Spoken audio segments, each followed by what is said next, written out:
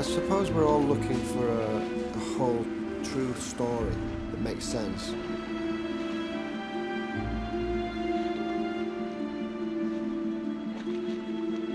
But I think what makes you believe in things is not what's there, it's about what's not there. With any story, the gaps between things is where you locate your belief. You know, it's unbelievable to start with, but that makes you believe it.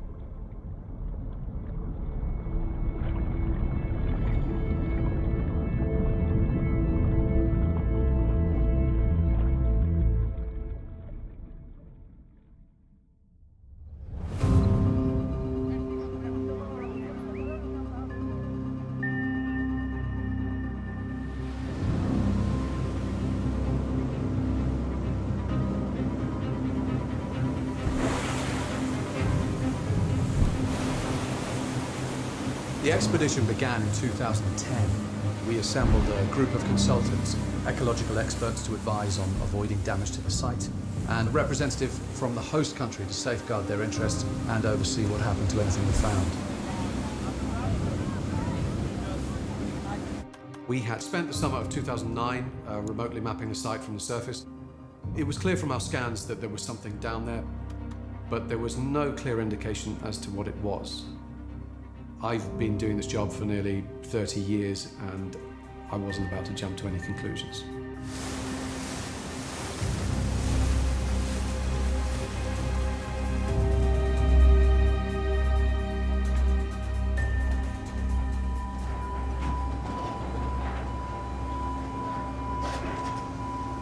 Right, we all here? Coffee? Yes? Very good. Right, welcome everybody. My name's Andrew, and I'm the project director on this expedition. This gentleman here is Piotr Klimek. He's a maritime archaeologist of extraordinary dive experience. He will be leading the team under the water alongside Bruce, who's going to be in charge of the divers. So, we're going to start by ground truthing the main anomalies from the geophysics. And as you can see, we have many artifacts spread over a large area with the major groups here, here, and here.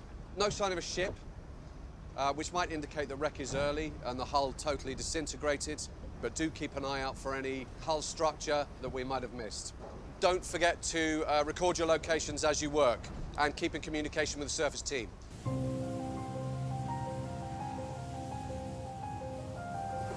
This phase of the expedition is what we call a pre-disturbance survey. And this is mostly to establish really in detail what is and how much of it is down there.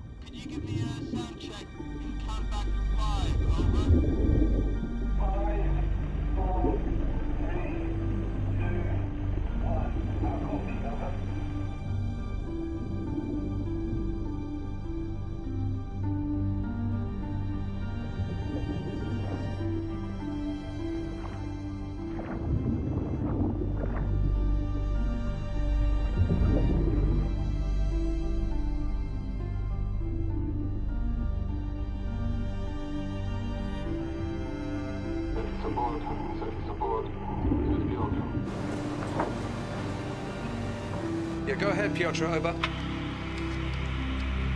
Hello, mate. Just a quick update. We're working our way across the dive site. I wish you could see this. Over.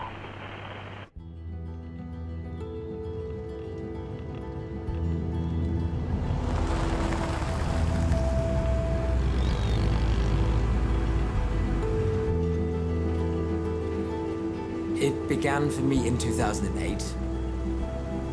I was in the middle of my doctoral thesis. I say in the middle, I hadn't really written anything in a couple of months, and I was running out of funds. And then I discovered the clip on the internet.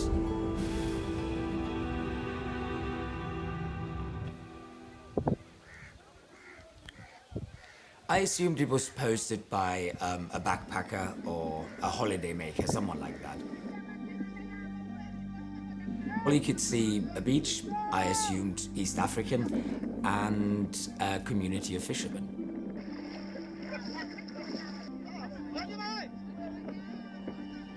And the clip was entitled Fishermen Discover Statue. The group of fishermen have pulled something up in the net. It looked like a curled up fetal monkey. To see something come out of the water that you can't quite explain, that's an adventure. You want to know more.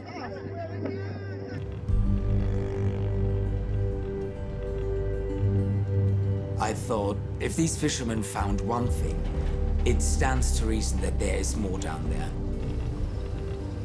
So I wanted to find this beach, and I wanted to talk to these fishermen.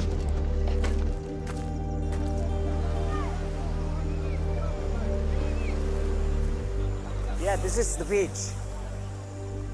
I knew as soon as I saw it because I've seen it so often on the video. The fishermen said they had been back to look whether there was anything else out there and they couldn't find anything. So after a lot of negotiation, they took us out to where they said they discovered it. You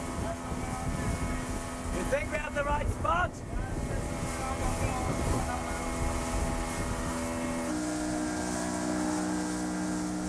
Jetzt läuft hervorragend. Ja, wonderful. Yes. First day, we go to this island. Is this place? I go in, I dive. I dive for hours to end. Did you find anything? No. So that was nothing again? No. It took us days because it was a blind search. Nothing? Nothing here. Shit. Patience, yes? Yeah. Okay. We nearly gave up.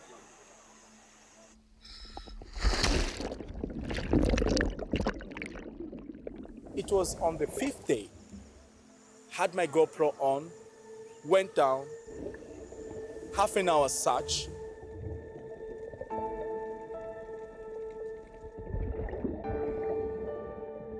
And voila.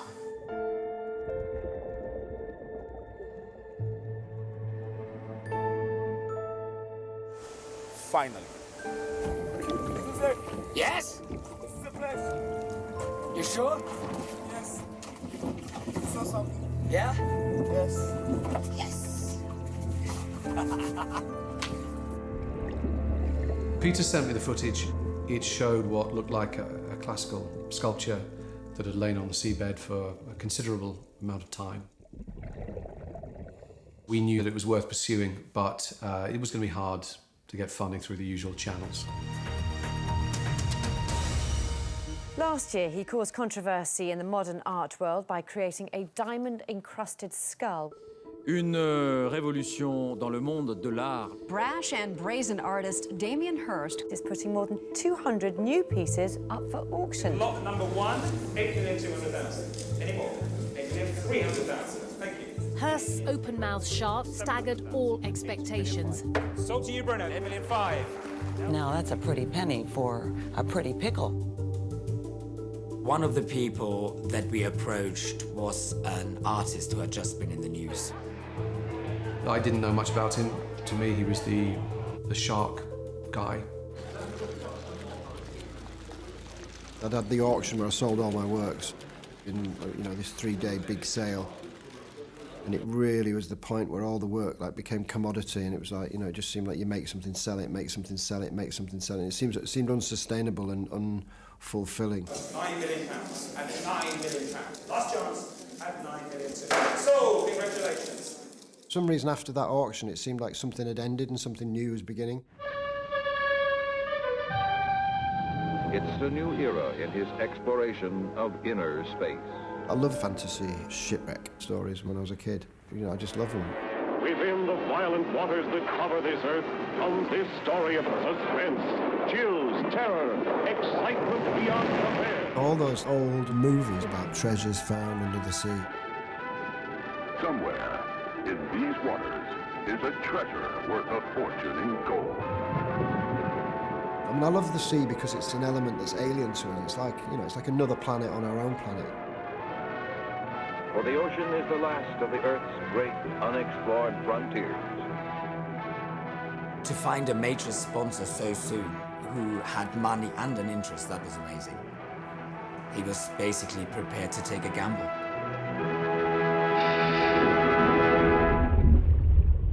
I think everything that I've ever done has been a gamble. But I definitely wasn't tempted to get a wetsuit on because I think the sharks would eat me.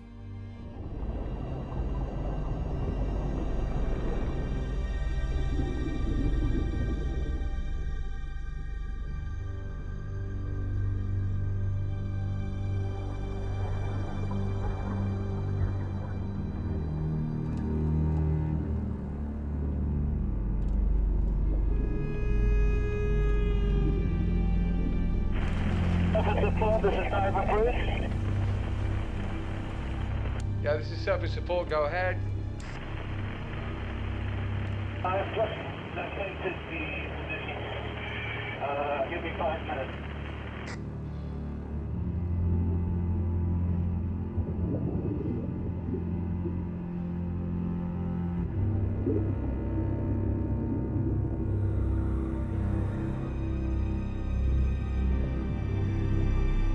From the scans, we knew there was a lot down there, but what we discovered was much bigger and more baffling than we'd expected.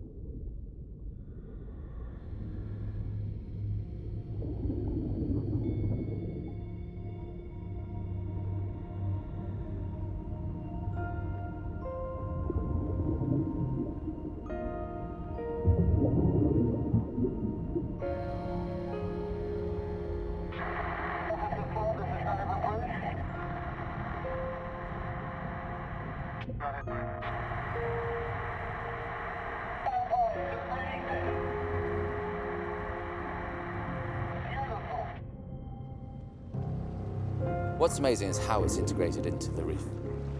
And to actually see the corals and everything that's growing onto it and the fish that are attached to it. But it's still a sculpture. It's like nothing you've ever seen before.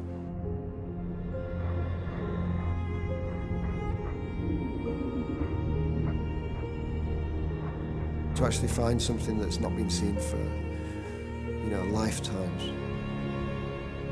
It's almost like, you know, finding something in its natural habitat. That's what's exciting about the whole project.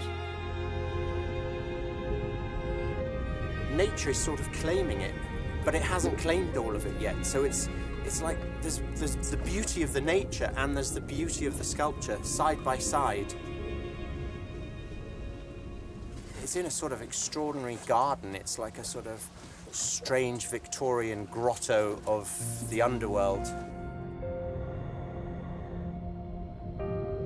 It takes lots of years for corals to develop, and you start asking yourself, for how long have these things been down here?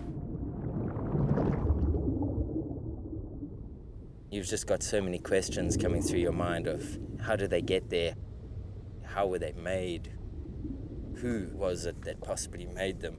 And what size ship was transporting them? Why were they coming through this area? It opens so many questions.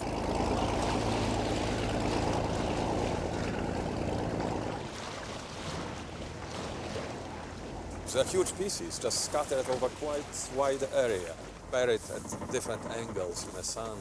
It's no sense really of what happened. There's no sense of accident. Is it a shipwreck? Is it several shipwrecks? It's a mystery. At this stage, it's a mystery.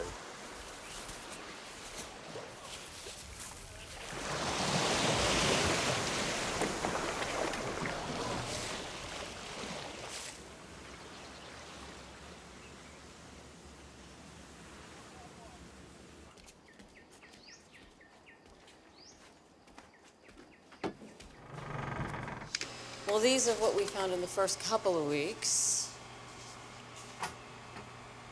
We have a fascinating range of artifacts developing, a wide range of dates, provenances. The selection of different styles suggests this could be the contents of a merchant ship. As yet, we don't have anything to pin a specific date down.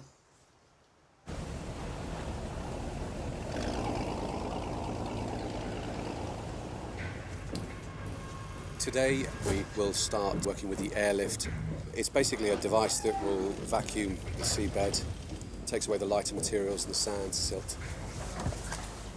You know, for the first time in possibly centuries, you know, we're disturbing what's underneath the sand. There could be much more down there.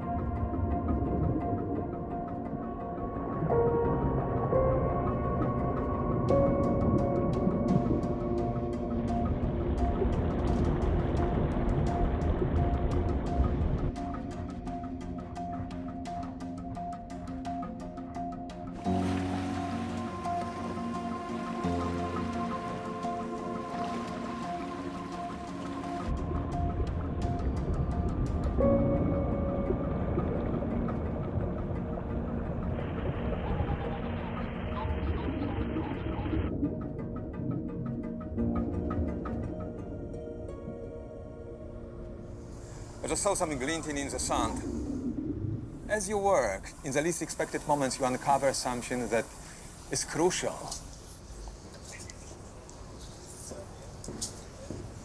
Guys, look at this. What's this? All right? Can you see? Okay. What is it? It's Roman. It's Roman. Wow. It is Roman. Look at this. Fantastic. That's Nero. AD 54 to 68. Roman 1st century. Looks like you got yourself a date. You got ourselves a date. Big moment for us. The picture starts to become much clearer now. This is great. Exactly the kind of thing we'd hope to find. The coin dates from the rule of the Emperor Nero, so we know for certain the ship could not have gone down before 54 AD. And I'm trying to get the important bit up here. Where is it? There it is. It's perfect. And you see him, Nero. So, if we're talking about a shipwreck from between the mid-1st and mid-2nd centuries AD, during this period, there was a Roman market in plunder of earlier classical cities and a market for artifacts from Egypt.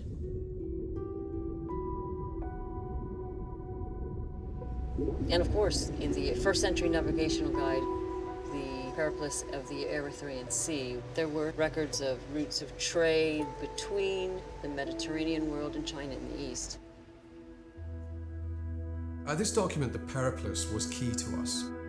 It's proof of trade and cultural cross-pollination across the 1st and 2nd centuries. Proof that a merchant could amass such an eclectic collection.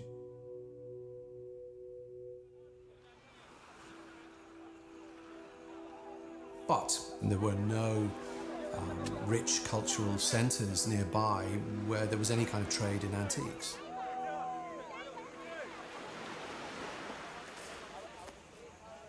What was a cargo as big and valuable as this doing off this stretch of the East African coast?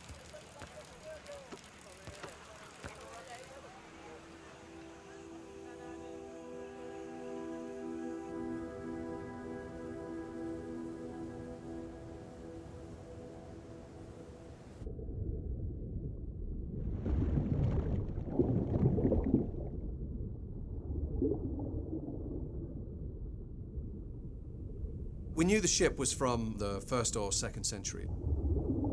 And although the ship's woodwork would have disintegrated, we began to uncover what seemed like the personal effects of a ship's crew.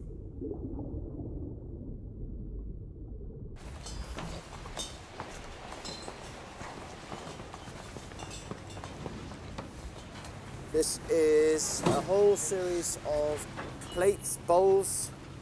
There's quite a lot of diversity here of shapes and forms. Look at that, that looks like a sailor's plate to me. That's a load of coins all accreted together. There's some loose ones here as well. But that would have been probably in a sack. And the whole sack went down and the whole thing's fused together. Nice, isn't it?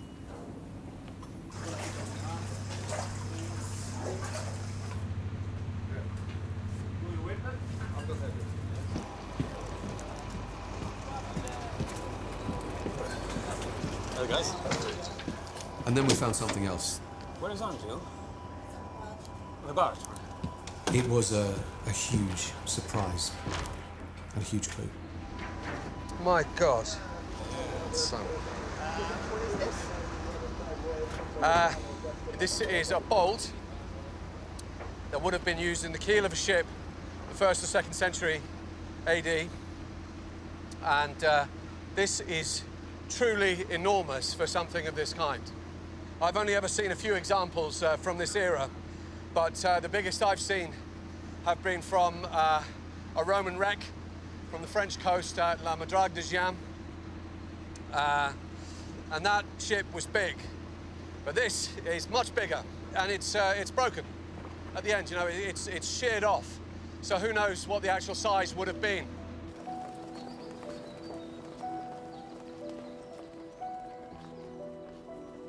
This one bolt meant that we could, with the help of our colleagues from Southampton University, spend the whole winter recreating how the boat might have been built and what it might have looked like. One of the biggest vessels that we have to compare it to is from south of France, Madrague de Giam, and this is a cross-section through the bottom of that vessel. That's the bolt. That's the bolt running right the way down there, and the one from your site is way, way bigger. So it's got to be coming off a much, much bigger ship. So we went through to some of the really standard iconography from the ancient world that gives us this idea of the recurved bows. That's consistent with the Madrague, and it's what they seem to be using on these really, really big merchant ships. What we got to with doing that was this. So what are we talking lengthwise, do you think? 60 metres. 60 metres. 60 metres seemed 50% like a... bigger. So, yeah. So really, really big. And we know vessels that big could have existed. You know, it's not outside the realms of the engineering capabilities that they had. You know, quite a lot of crew on this boat, a lot of big, heavy mast sails. I thought we'd go a little bit further and start to look at the actual vessel sailing along. So we've just taken our basic reconstruction and we've given it the sort of CGI treatment, if you like. Hollywood treatment. Yeah. And there it is sailing along. And you get a real idea of the scale of the thing. Guy sitting even on at the guy just out on the flying gallery at the front. Quite simply, we were looking at an enormous ship. We knew the ship was from, well, probably from the 1st or 2nd century. And so we knew that we were looking at, by far, the largest ship from that period to ever have been identified.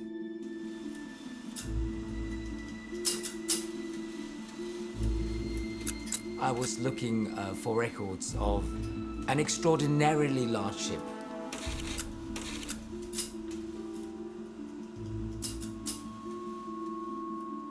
Even though import and export duties would have been levied and recorded, very little survives.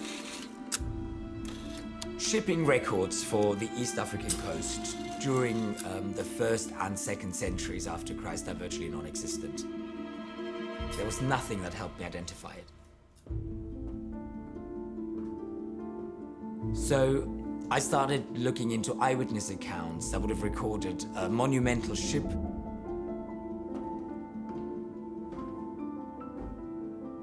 The great Roman chroniclers like Tacitus or Pliny the Elder mentioned nothing.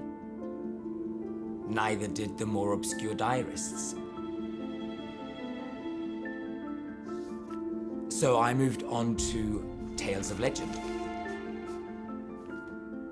And that's how I discovered the story of Aulus Gellidius Amutan.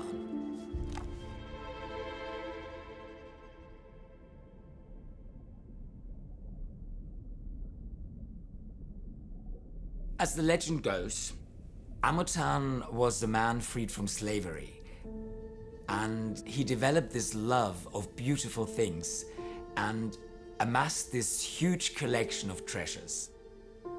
He planned to build a monumental palace or a temple to house them all.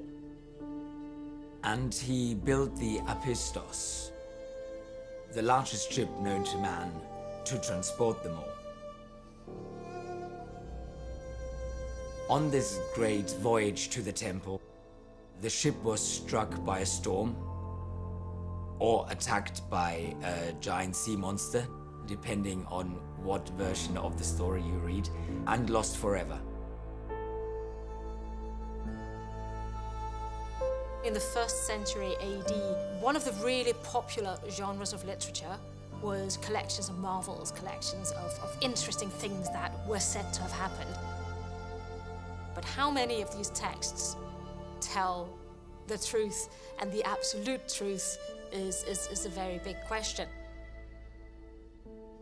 I would say it's naive to take the story entirely at face value, but I wouldn't say it's naive to think that there is a kernel of truth in it somewhere. But how many pieces of art he had, what it was that he had, how far he sailed, why he sailed out, and all of that is the stuff that will have been legendized in the telling. Now to the Mediterranean. Legend tells of an eccentric collector's enormous ship and his worldly possessions lost at sea.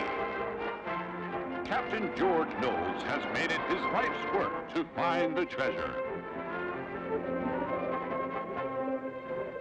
I think it's a very human thing to romanticize the story of Amutan.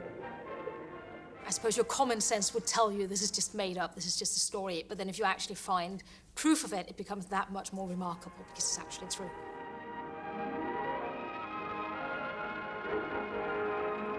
Well, one or two of the more credulous treasure hunters of the 20th century took this obscure legend seriously. I come from a background where we must have proof and we must have evidence. Ours is a hunt for knowledge and not treasure. Any firm details about where the wreck may lie have been lost in the sands of time. I started to believe that the wreck had not been found, not because it was a myth, but because people were looking in the wrong place. Captain Knowles swears he will leave no stone unturned until he has found the lost treasure.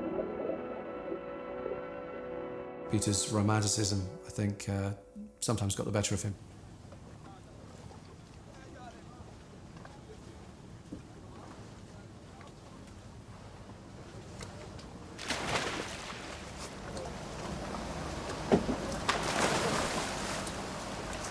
Morning, Bruce.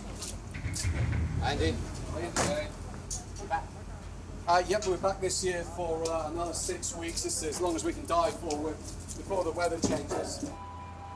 And the plan is to look at some of the bigger pieces and hopefully bring them up.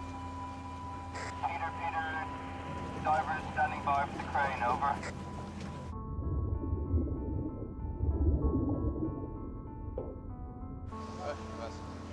Okay, we're going to swing over a bit towards you. This is it.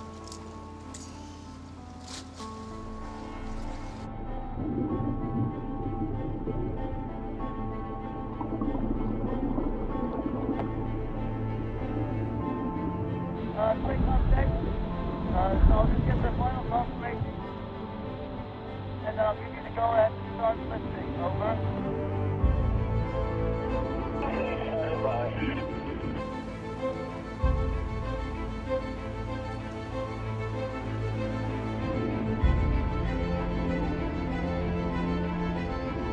Go ahead and start lifting to the surface. Over. Okay, that's everything now. Over.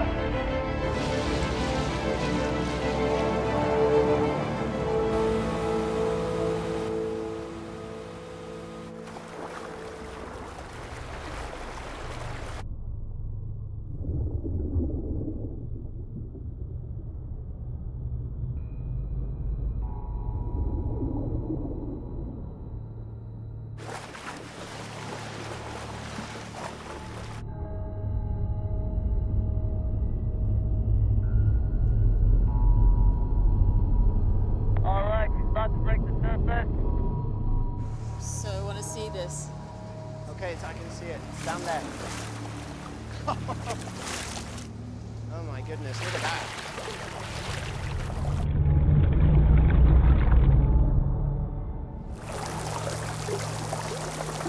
Fantastic. Look at that. You can see its teeth.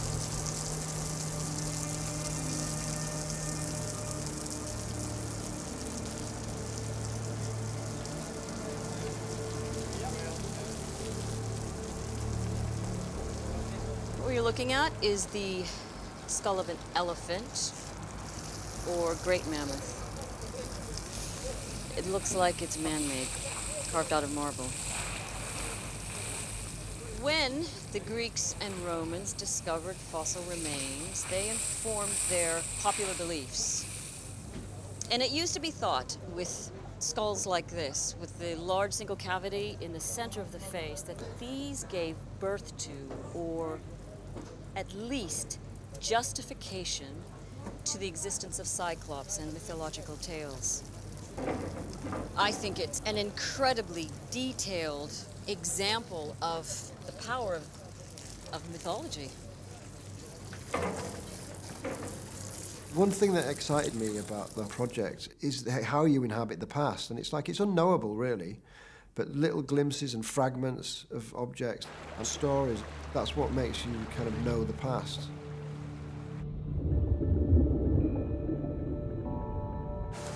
All right, diver Bruce, surface support, over. Let me know when you're ready for lifting. Over. Okay, guys, we're ready to lift now. Over. History's always been rewritten and rewritten. You know, the solidity that we call history is written from fragments. Amazing, look at him, that raised spine.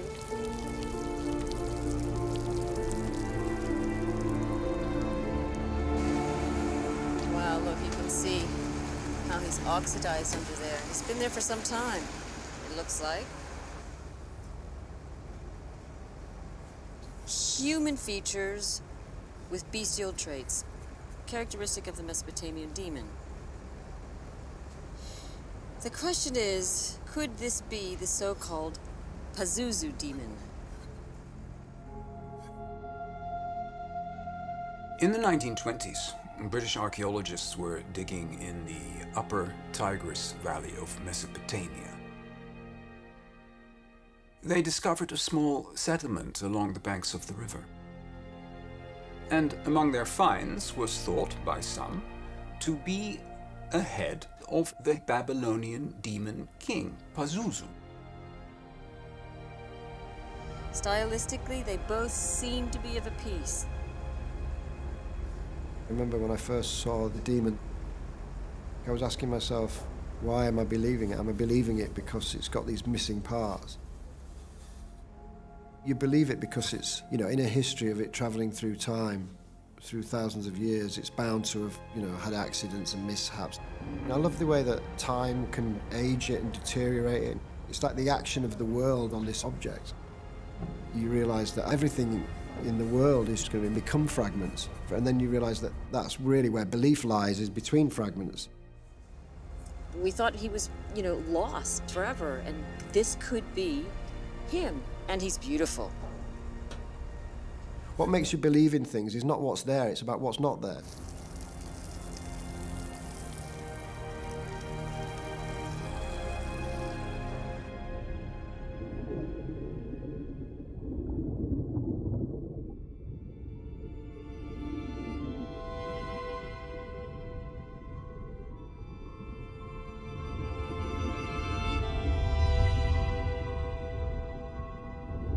A cyclops, demons, unicorns.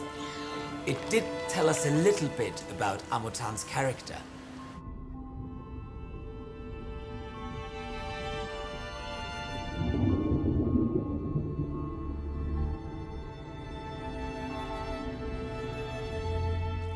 I think he genuinely believed in monsters, he believed in cyclopses, he believed in unicorns, you know, and I just think he was that type of a person. And I guess if you believe in them in the beginning, then you create things to justify their existence.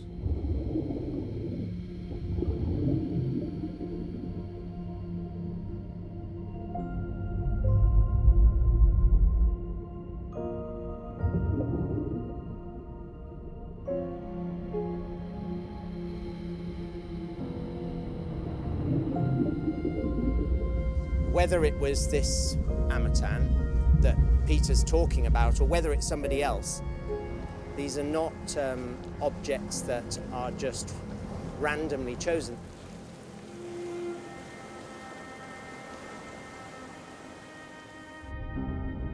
I'm not prepared to say it is Amatan, but for my money, there's certainly somebody with a vision and with a dream, a massive dream, and a pretty big ego behind all of this.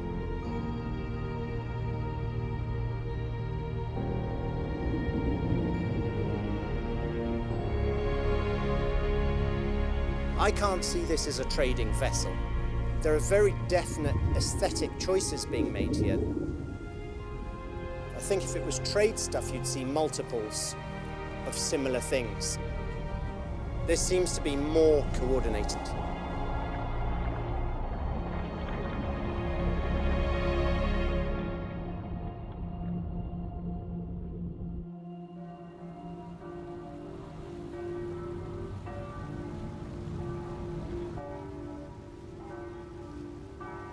Obviously, Amatan had an idea of an audience, and then his dreams were scuppered when the boat sank. But now these objects have come back up again. I wanted to find a great place to exhibit them.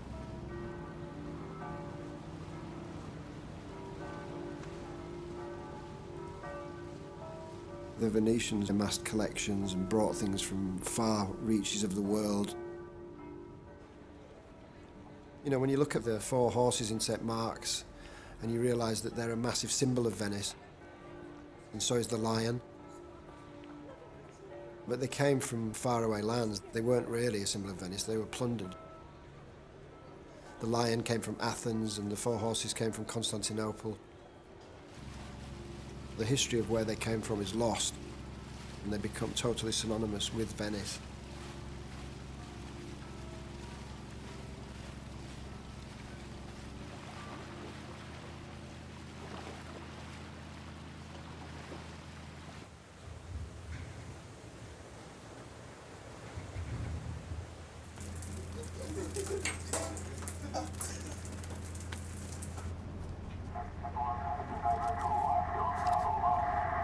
Yeah, it's Andrew, Diver 2, go ahead, over.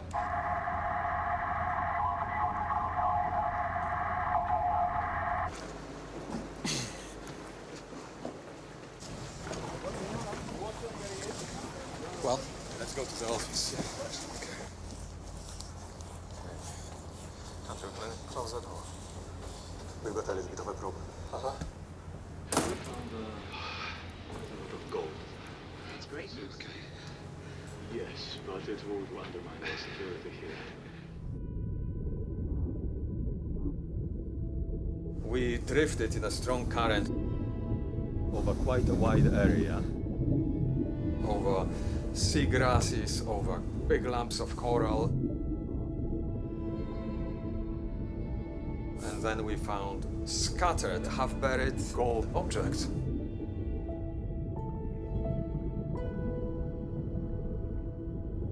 So on one hand, I was thinking, my God, this is possibly the greatest moment of my career. But on the other hand, panic set in.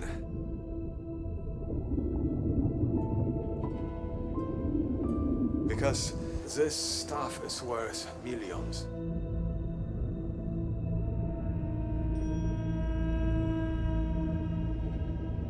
I mean, to find this much gold is thrilling, but for an archaeologist, it's a big problem. Your gut instinct is to bring up something valuable, but we can't do that. Roughly how long will it take us to get up? We ordered to count. Was it bring it up?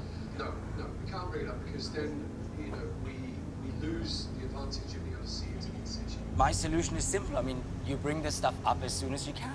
The reason I saw money for this is to find what, you know, what could be a treasure. This expedition is not about treasure. No, I'm just saying bring it up now. That way it's safe. We know where it is. You're missing the point. You're missing the point.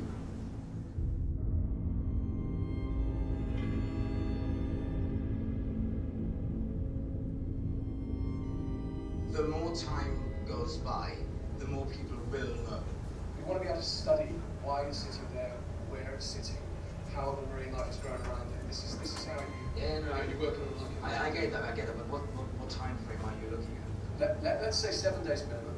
We increase the security quietly. I just think you're naive in thinking that we're keeping this quiet for 7 days. Peter, you need to trust our judgment on this, okay?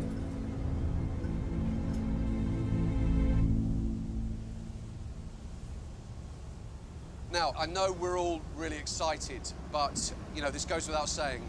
Those confidentiality agreements that you signed, they're serious, okay?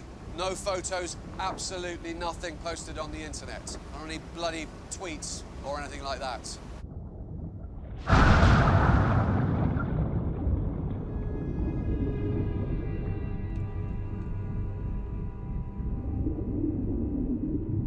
The chances are that once the truth is out, to just generate all sorts of interest, you know, from treasure hunters, from pirates, from all sorts. Really, what I want to be able to do is to just double the security for the remaining week.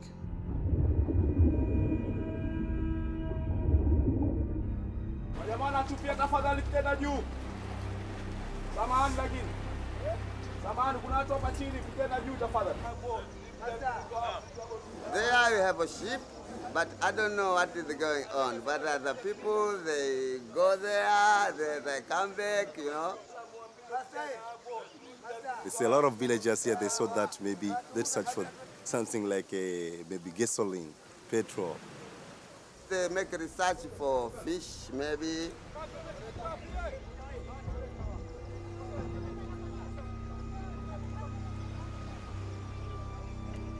Some friends, they told me that they see big like a sculpture, like a woman. They sit down on the sea there.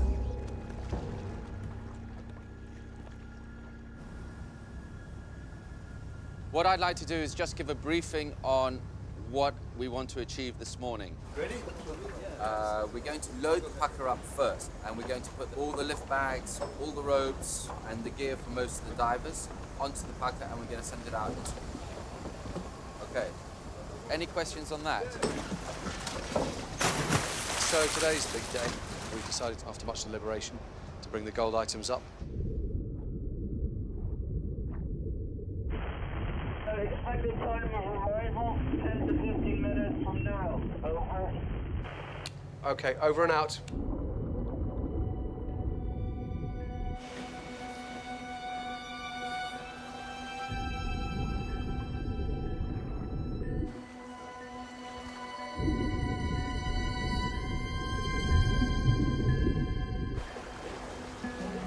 See, here it comes.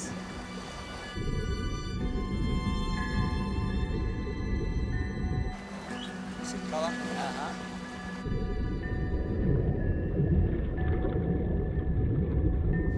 It's the edge. On the edge.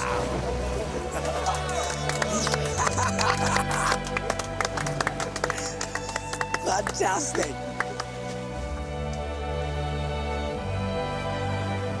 How heavy is that? There you go. What do you think of that?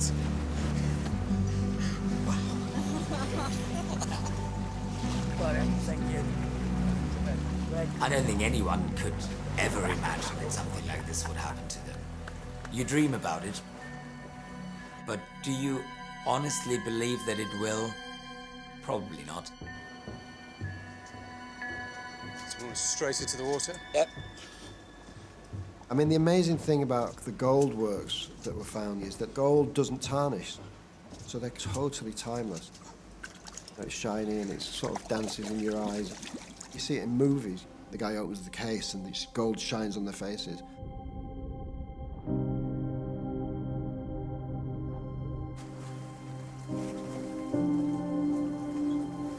There are so many objects made of gold. I mean, this collector, he was obviously obsessed with it as a material. Gold makes people do crazy things, you know, it's like it has done for years. You know, there's a lot of blood associated with gold.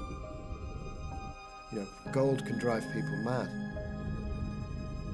I mean, who's to say what makes it like that? Is it its rarity, its scarcity, or is it, you know, is it something, you know, naturally inside the metal itself? Fantastic. Unbelievable. Got it? Jesus. God.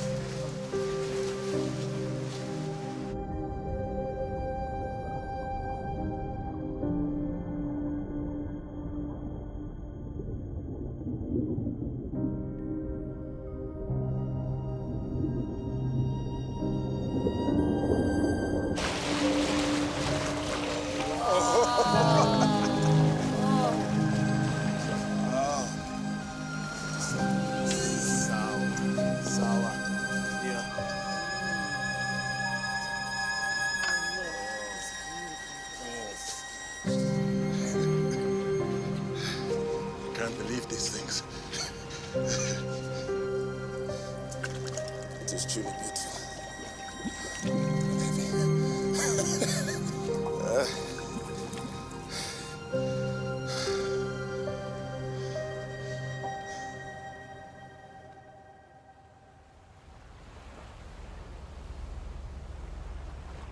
It's interesting that the gold was found on its own.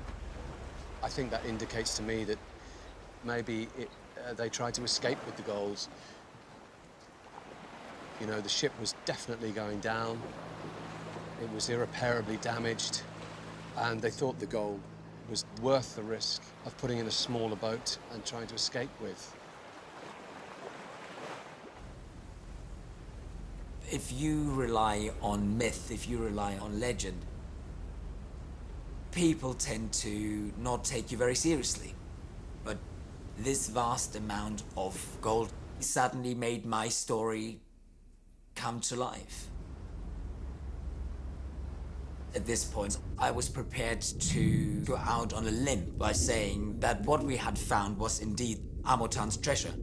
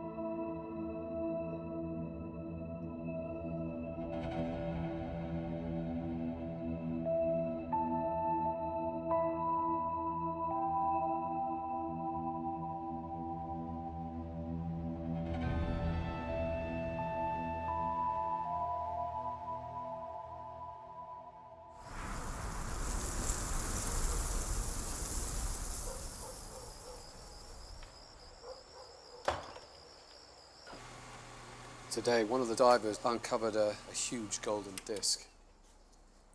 And it was found in an area where we found many of the other gold items, but it was completely covered with silt. And obviously there's pressure now to bring it up as soon as possible.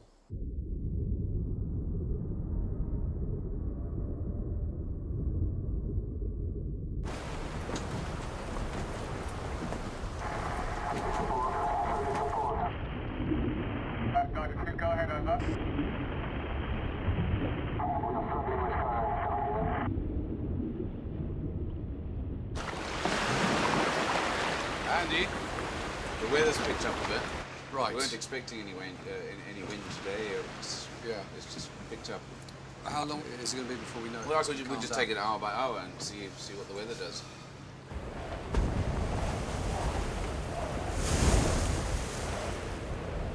I've stopped all operations. That's a very good lead. We'll postpone until tomorrow. Hope for better weather.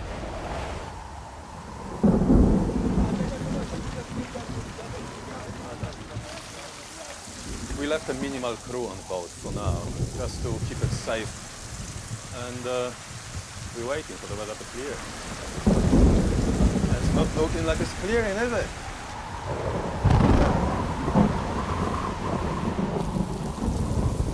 It's important that we lift the gold disc as soon as possible. To me, it's the clearest indication yet that we have found Amotan's treasures.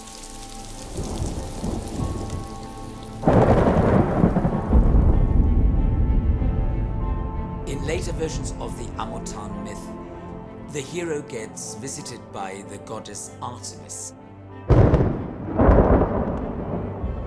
who instructs him to build a temple to the sun god Apollo, and that becomes his motivation to collect the great treasures of the old world.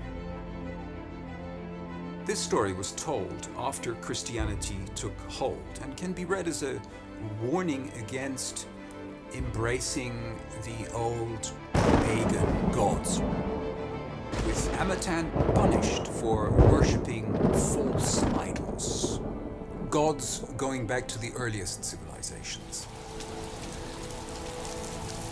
Must have been a night like this that it all ended for Amotan.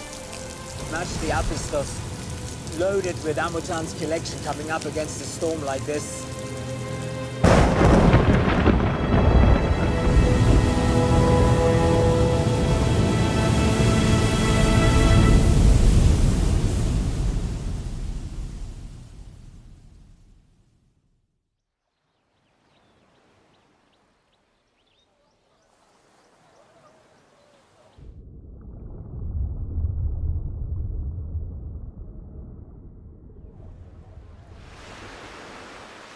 The sun is back. The sun god Apollo is with us.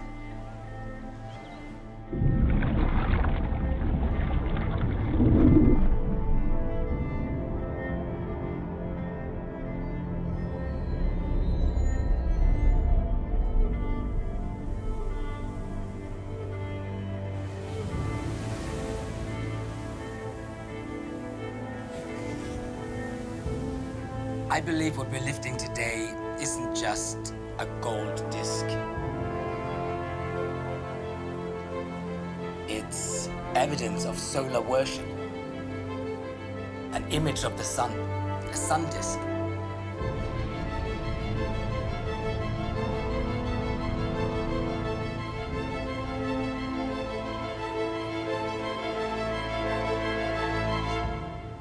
Sun disk has been used by many civilizations and cultures to venerate the god of the sun by literally reflecting its rays.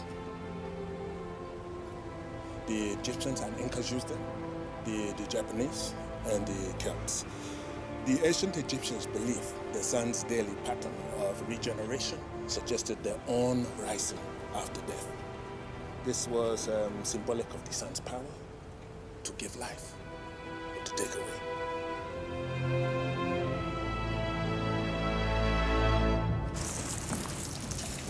I think that this sun disc is the centerpiece for Amotan's temple to the sun god Apollo. And the other items that we found, they were to fill the temple.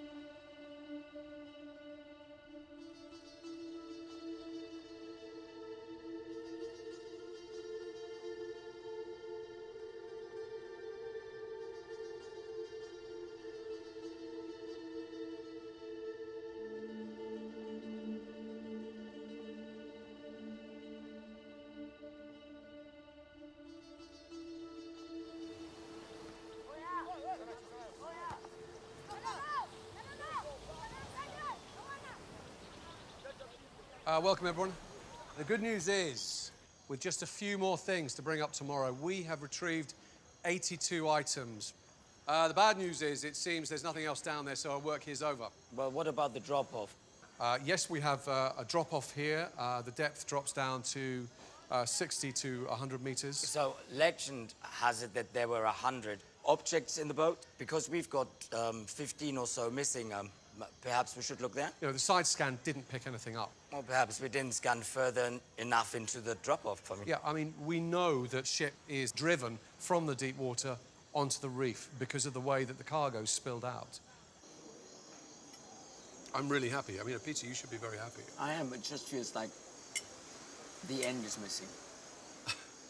To go home now, knowing that there is an area that I haven't looked at, it doesn't sit right. We've got 2 more days.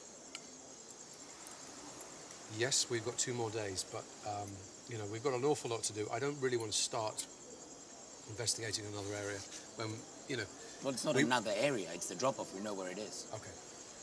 Peter would like us to explore further into the drop-off, which we have scanned.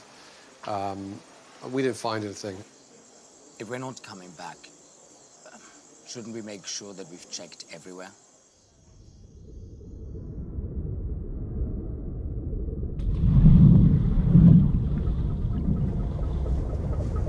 We're just going to have one last look in the deep drop-off.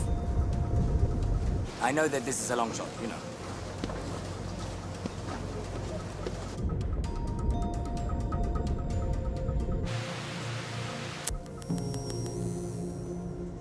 Okay, here we go. How deep are we? 60. That's 60 We're meters. at 60 now. So we're moving north. Loads of marine snow. Just give it a minute. Sorry, guys, this is it's far from great, but this is all we could get, really. Okay, so nothing. So I'm trying to make a loop and sort of go back.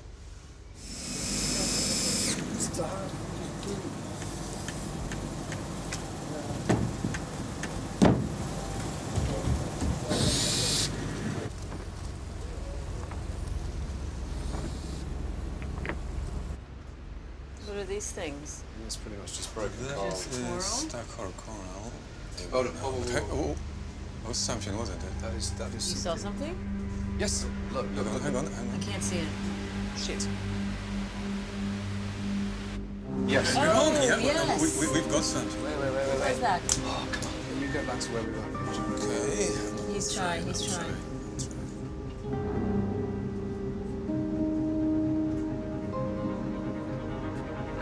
That was definitely a figure. You sure? Yes, absolutely. Oh, God, this thing. What is that? Jesus, that is part of the figure. There it is. Look at that. This is 2 figures.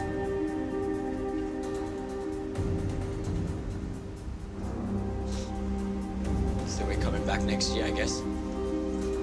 Well. Wow.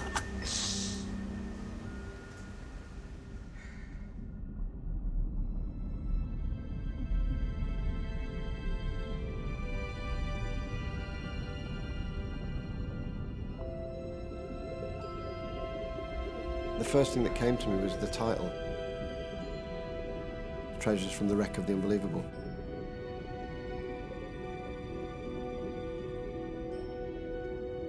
I started thinking of it as a sort of statement, so it's like treasures from the wreck of the unbelievable, like it's kind of something inside your mind. Like the unbelievable was a place in your mind.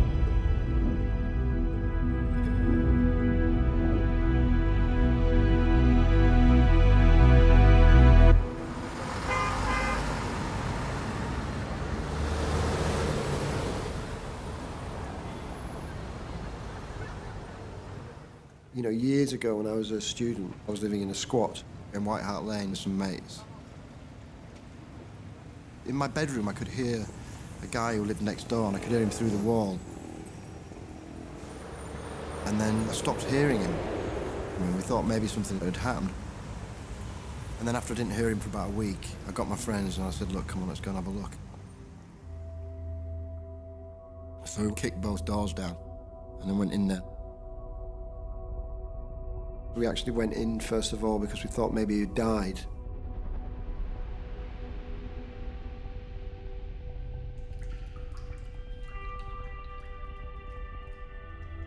It was like the whole room was just filled with stuff and there was nobody in there. I found out later he was called Mr. Barnes, but at the time I didn't know what he was called. He was one of those guys that went round like with a shopping trolley and the bags and he'd collect things, he didn't bring them back, so he was like a hoarder. The rooms were piled high with stuff and I went to the top of these piles and I excavated through the piles and I found like every toothpaste tube he'd ever used, money wrapped up in bags, you know, lots of magazines from like the 40s and the 20s. It was like a whole bag of 50p's and then a bag of 2p's. He had a collection of like clocks. He sort of converted them, painted them, mended them. It was like 60 years of existence in one space.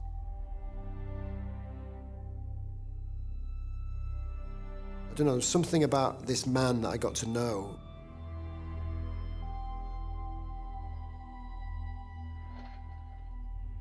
Going through the time, there were like layers of, you know, geography going through them. But when we got to the table, I found a normal man. And he'd just put objects on a table and put objects on a table until he'd kind of lost his mind or lost touch with civilization and then created this huge collection. I mean, in a way, it becomes an infatuation when you discover something like this. And you try and get inside the mind of somebody who no longer exists. You start to go on this journey and then you kind of get lost in it.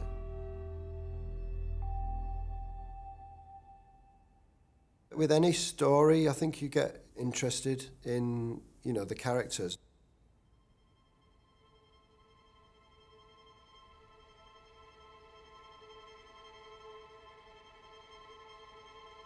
You know, I'm a collector and I'm an artist. I understand all those things about money and collecting and, you know, the kind of addiction of it. Looking at Amatan through his collection and through his objects. He was a collector like today's collectors are. I think that he begged and borrowed and commissioned and stole to amass this collection.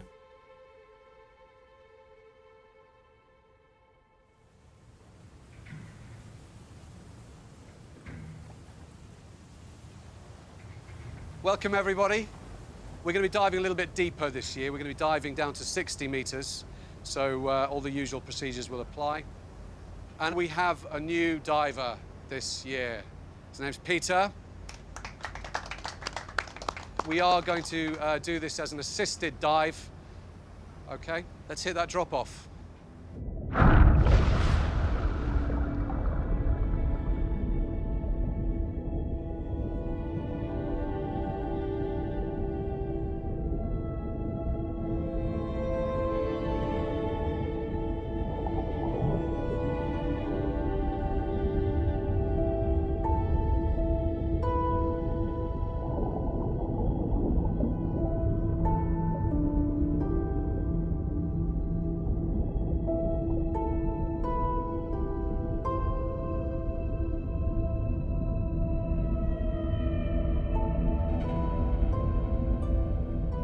Diving to this depth for the first time is strange enough.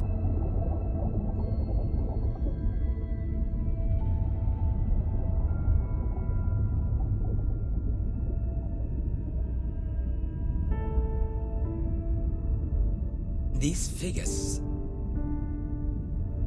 like they've always been there.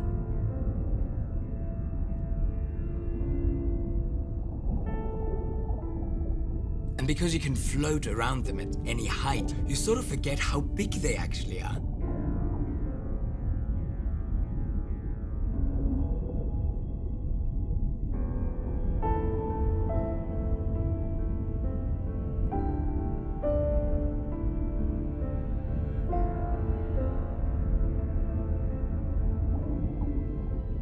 You know, I like the fact that Amatan was kind of nuts on the scale of what he tried to do. He seems kind of arrogant in lots of ways, and then he seems foolish in lots of other ways. But above it all, he seems driven to amass this collection.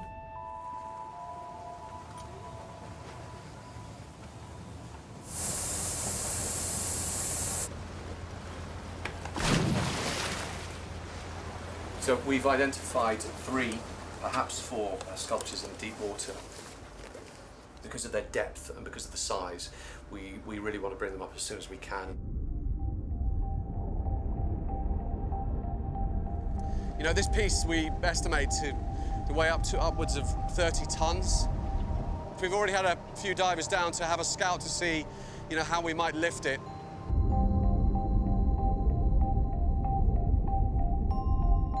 The idea is to have that as your main lifting point.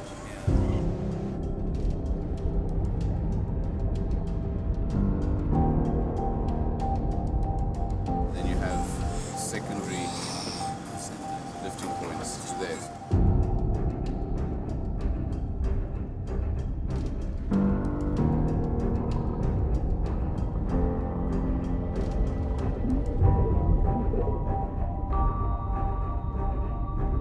There's been a huge amount of planning in this because we don't even know how fragile it is. I mean, just the scale of it and the fact that it survived this long potentially means it must be a very fine casting.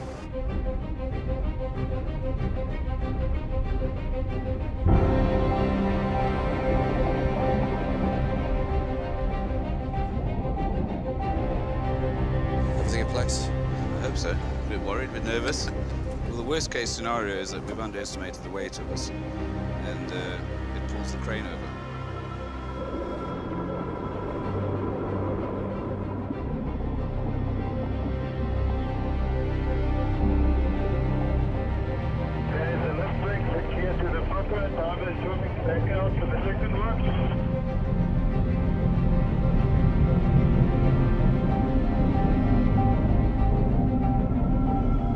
This is just a worrying moment as the crane takes over from the lift bags.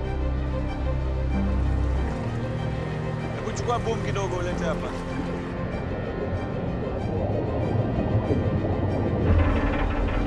Crane's doing more work than the lift bags now. I feel the barge listing slightly.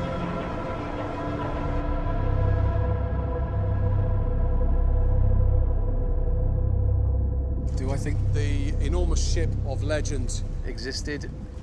It's completely impossible to say whether this ship that ended up here was the Apistos. It certainly chimes with the legend, and it would have been similar in scale to the legend, but we'll never know.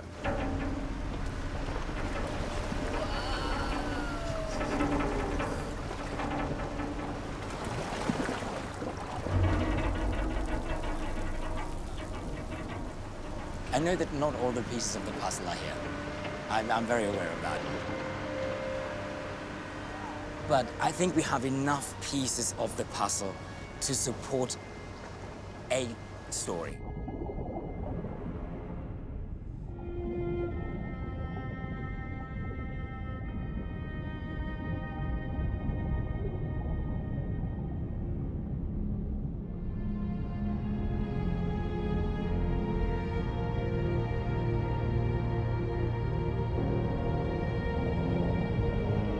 When you think about the whole story, it's unbelievable to start with.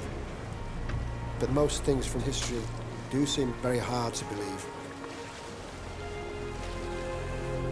You know, you look at the Venus de Milo and look at the way the arms are cut off on it, and you think somebody must have done that on purpose.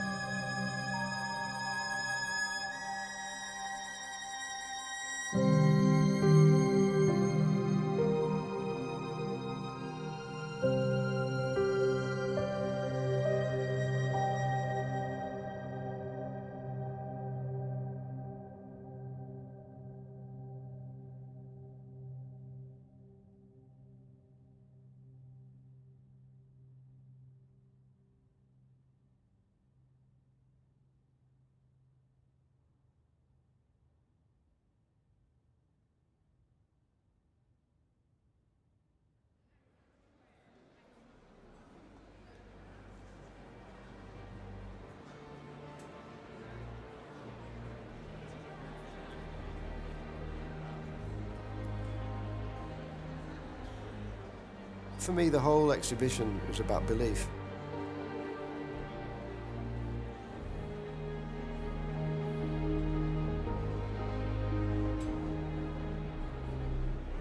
Belief in the past, belief in God, belief in gods,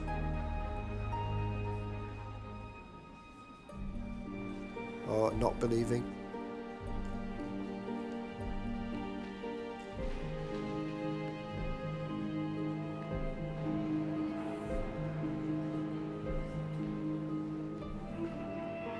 And belief is a strange thing because there's no absolute truth. Artists don't have the answers, and science doesn't have the answers, and religion doesn't have the answers.